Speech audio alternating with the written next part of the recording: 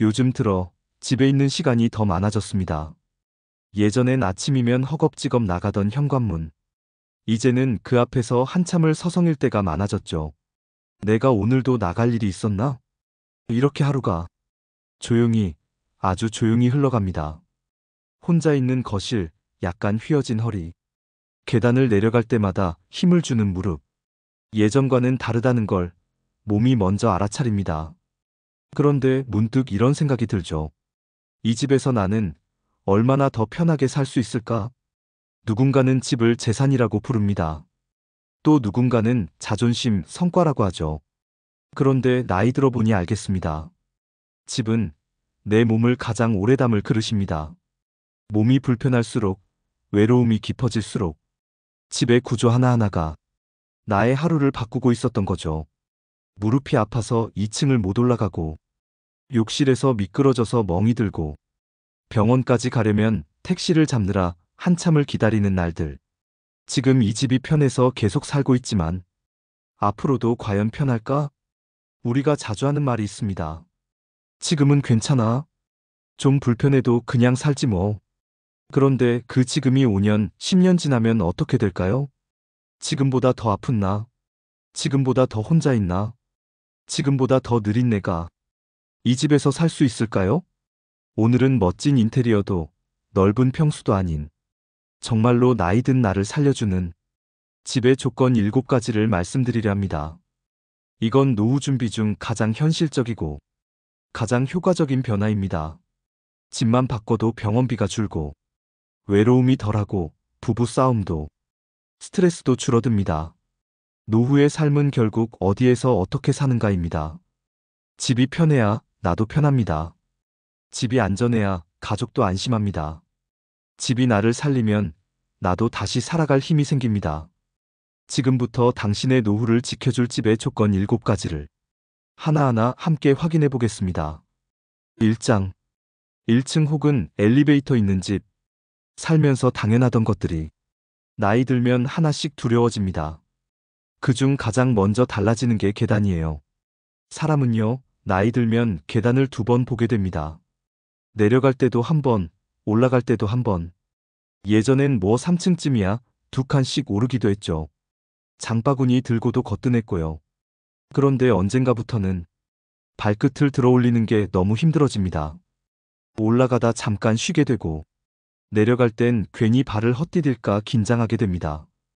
계단이 무섭다는 건요, 내가 밖으로 나갈 자신이 없다는 뜻입니다. 어떤 분은 이렇게 말해요. 아직 건강하니까 괜찮아. 그런데 문제는 그 괜찮은 지금이 너무 짧다는 겁니다. 실제로 65세 이상 낙상 사고의 40% 이상이 자기 집안의 계단이나 욕실에서 일어납니다. 젊었을 때는 계단은 운동이었는데 나이 들면 계단은 사고가 됩니다. 한 지인의 사례를 들려드리겠습니다. 경기도 외곽의 3층 빌라. 20년 넘게 정부치고 살아온 집이었습니다. 그런데 어느 날 병원 예약이 있어서 어머니와 같이 가려는데 현관문 앞에서 멈춰 서시더라고요. 동수야, 나 오늘은 좀 무리겠다. 어제 계단 내려오다 미끄러질 뻔했거든. 결국 그날 병원을 가셨지만 그 뒤로는 아예 외출을 거의 안 하셨어요. 계단 하나가 사람을 집안에 가두는 순간을 그때 처음 봤습니다. 몇 달 뒤 큰일이 났습니다. 혼자 계단을 내려오다 진짜로 넘어진 겁니다. 다행히 생명에는 지장이 없었지만 그 일을 계기로 결국 1층 빌라로 이사를 했습니다. 미리 옮겼으면 좋았을걸. 어머니 말씀이 아직도 잊히질 않아요. 많은 분들이 비슷합니다. 이사 자체가 귀찮고 돈이 들기 때문에 당장 불편하진 않으니까 버팁니다. 그런데 그 버팀이 하루아침에 사고로 돌아올 수 있다는 걸 실제로 겪어보면 너무 늦습니다. 그래서 말씀드리고 싶은 겁니다. 지금 사는 집이 몇 층인가요? 엘리베이터는 있나요? 1층까지 가는 길은 밝고 안전한가요? 어떤 분은 그러세요. 엘리베이터 있으니까 괜찮지 않나요? 그런데 엘리베이터까지 가는 길이 어둡거나 주차장에서 현관까지 계단이 중간에 있다면 그건 절대 괜찮은 구조가 아닙니다. 또 엘리베이터가 고장나거나 정전이 났을 때 비상상황 대처가 가능한가? 이 질문도 필요합니다. 꼭 1층일 필요는 없습니다. 대신 엘리베이터, 짧은 이동거리, 넓은 복도, 밝은 조명. 이 조합이 갖춰지면 충분히 괜찮습니다. 또 하나 이건 정말 많이 놓치는 부분인데요. 현관 앞턱이 낮은가?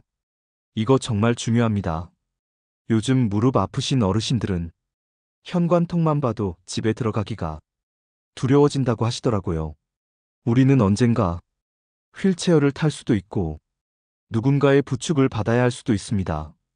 지금은 멀게 느껴질지 모르지만 그 순간이 오면 왜 그때 안 옮겼을까 하는 생각이 삶의 후회로 남을 수도 있습니다. 한마디로 정리하면 지금 내가 편한 집보다 10년 후에도 내가 편한 집을 선택하세요. 집을 옮긴다는 건 단지 주소를 바꾸는 게 아닙니다. 내 몸의 안전을 바꾸는 일이고 내 삶의 자유를 되찾는 일입니다. 다시 묻겠습니다. 당신은 지금 10년 뒤에 당신이 그 집에서 무릎 아프지 않고 살 수 있다고 자신 있게 말할 수 있나요? 병원, 마트, 대중교통이 가까운 집. 나이 들수록 가장 무서운 건 몸이 아플 때 곁에 아무것도 없는 상황입니다. 집 앞에 병원이 없다. 약국이 멀다. 마트에 가려면 택시를 불러야 한다. 이건 단순한 불편이 아니라 삶의 위급함과 연결되는 문제입니다. 예전에 상담하던 어르신 중에 심장이 자주 뛰고 숨이 가빠지는 증상이 있으셨던 분이 있었어요. 혼자 계실 때 그런 일이 또 생겨서 병원에 가려고 했는데 버스를 타러 가는 길이 너무 멀고 택시는 안 잡히고 결국 그냥 주저앉으셨답니다. 나중에 하시는 말씀이 사람들 말대로 병원 가야지 하는데 병원이 가까워야 가지. 무섭고 불편하고 혼자고 그땐 그냥 아무 생각이 안 났어요. 이건 단순한 거리의 문제가 아닙니다. 병원이 멀다는 건 몸이 아파도 참고 산다는 뜻이고 응급 상황에 취약하다는 뜻이고 건강관리를 포기하게 된다는 신호입니다. 반대로 병원, 약국, 보건소가 가까운 집에 사는 분들은 작은 증상도 바로 진단받고 병이 커지기 전에 막을 수 있습니다. 그리고 이건 중요한 건데요. 치료비보다 예방이 훨씬 싸게 듭니다. 마트도 마찬가지입니다. 장을 보려면 날짜를 정하고 택시 불러서 다녀오고 혼자 무거운 걸 들고 오고 이걸 반복하다 보면 결국 가공식품만 시켜 먹게 됩니다. 냉동식품, 라면, 인스턴트. 그러다 어느 순간 당뇨, 고혈압, 관절염이 한꺼번에 오기도 합니다. 또 중요한 게 대중교통입니다. 버스 정류장까지 10분 이상 걸어야 한다면 어르신에겐 그게 산 하나 넘는 거리입니다. 그래서 버스도 안 타고 병원도 안 가고 모임도 안 나가고 결국 혼자 있는 시간이 늘어납니다. 고립은요. 외로움, 무기력, 건강 악화, 다시 외로움. 이런 순환을 만들어냅니다. 그래서 노후에 좋은 집을 찾으실 때 반드시 체크하셔야 할 것들이 있습니다. 도보 5분 안에 병원, 약국, 보건소 중 최소 하나, 마트, 시장, 편의점 중 하나 이상, 버스 정류장이 가깝고 여기에 보건소 건강 프로그램, 마을회관, 노인복지센터 등 혼자여도 나가지 않을 이유가 없는 동네라면 그 집은 정말 귀한 집입니다. 나이 들수록 멀어져야 할 건 거리입니다. 가까울수록 좋은 게 병원, 마트, 사람입니다.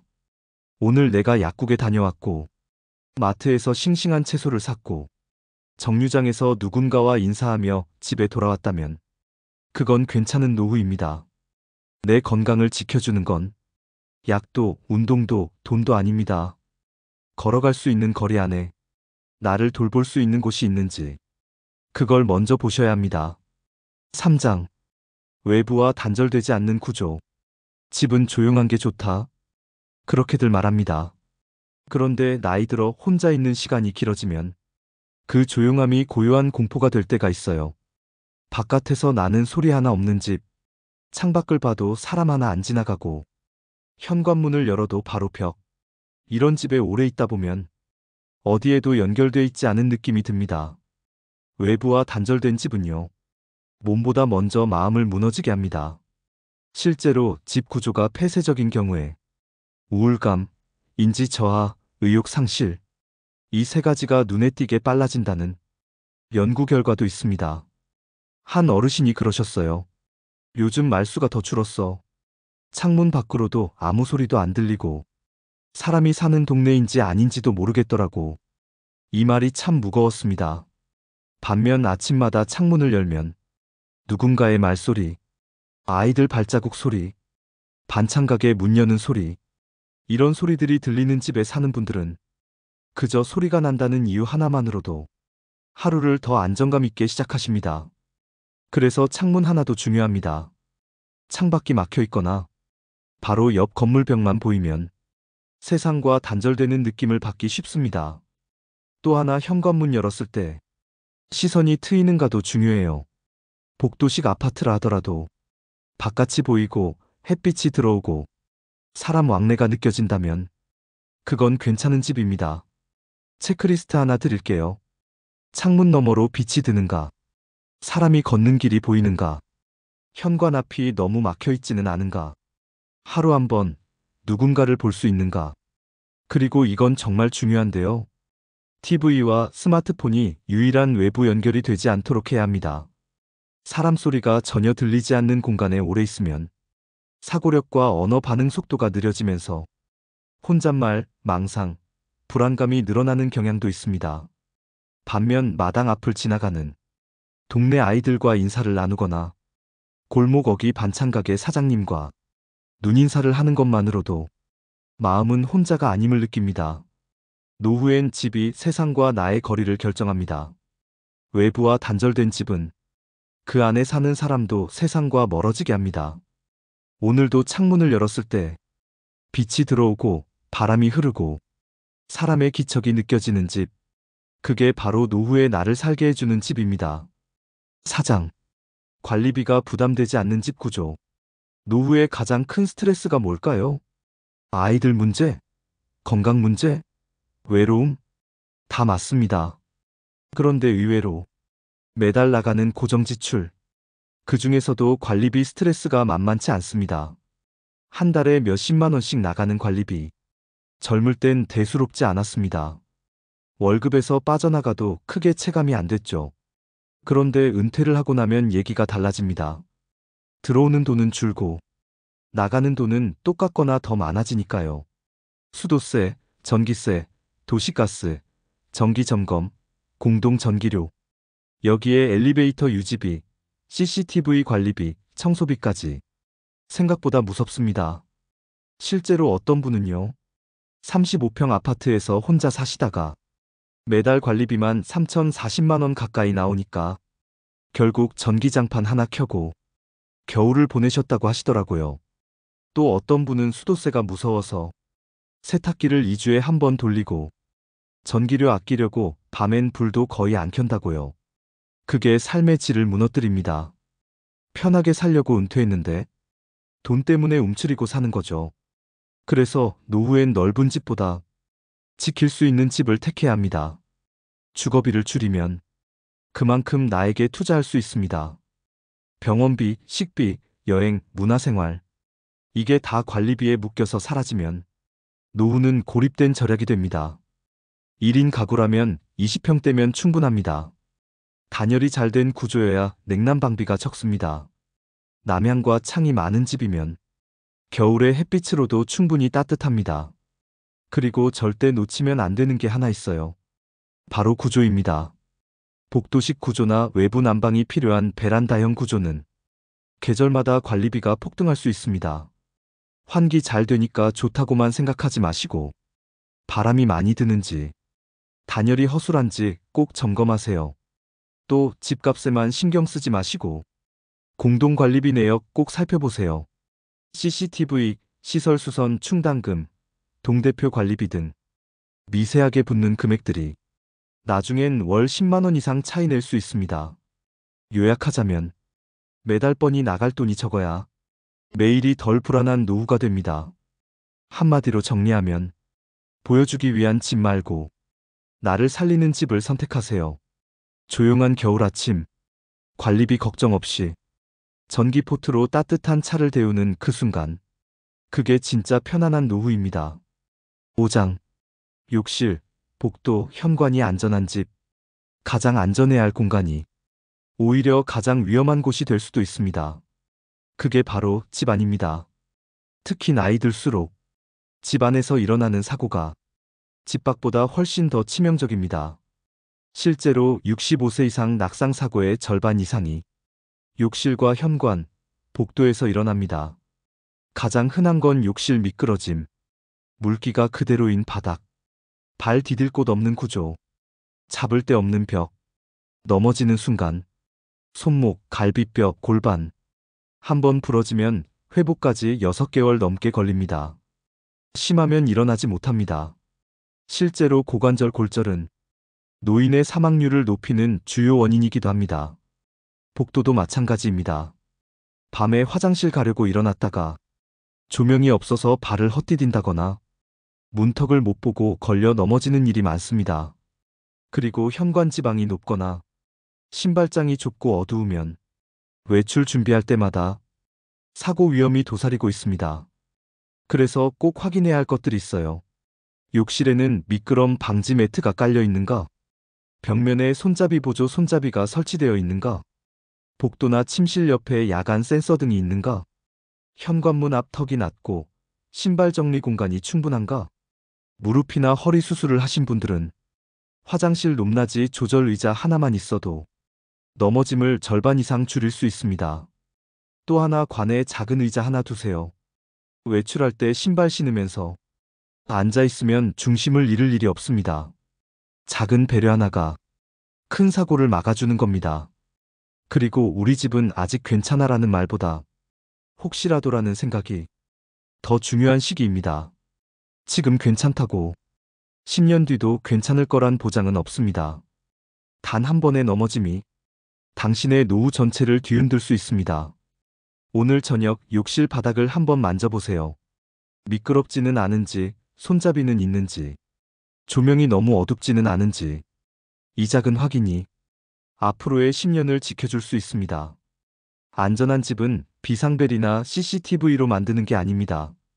미리 한번 손잡이를 달아놓고, 미리 한번 문턱을 낮춰놓고, 미리 한번 혹시를 점검하는 것. 그게 바로 나이 든 우리가 할 수 있는 최고의 예방입니다. 6장. 이웃과 자연스럽게 연결되는 집. 노후에 진짜 무서운 건 몸이 아픈 것도 돈이 없는 것도 아닙니다. 혼자 있다는 걸 누구도 몰라주는 외로움. 그게 제일 무섭습니다.